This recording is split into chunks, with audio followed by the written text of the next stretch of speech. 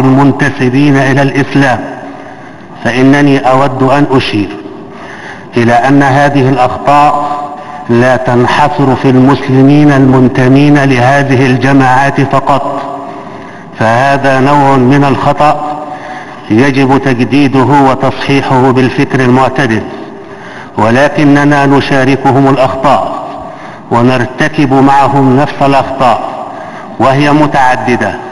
ألتزم لضيق الوقت بذكر بعضها.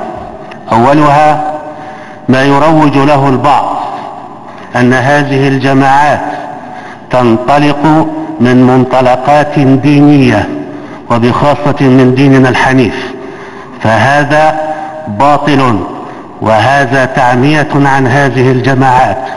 فهذه الجماعات كما وضحنا مرارا وتكرارا لا تنطلق من منطلقات دينية إسلامية ولا غير إسلامية، فجميع الديانات من أفعال هذه الجماعات المجرمة الآثمة براء لا صلة لها بأفعالها، وعلينا أن نبحث عن الأسباب الحقيقية وأن نعلنها للناس، وأعتقد أنها معلومة.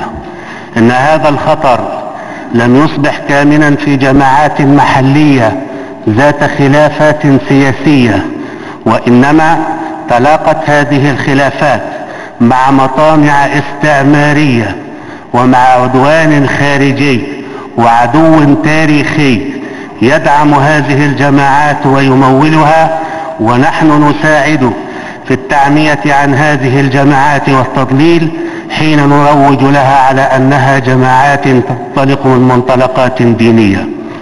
الخطأ الثاني المتعلق بالأفراد، ما يقوم به البعض من ذكر نصوص صريحة مجتزأة من سياقها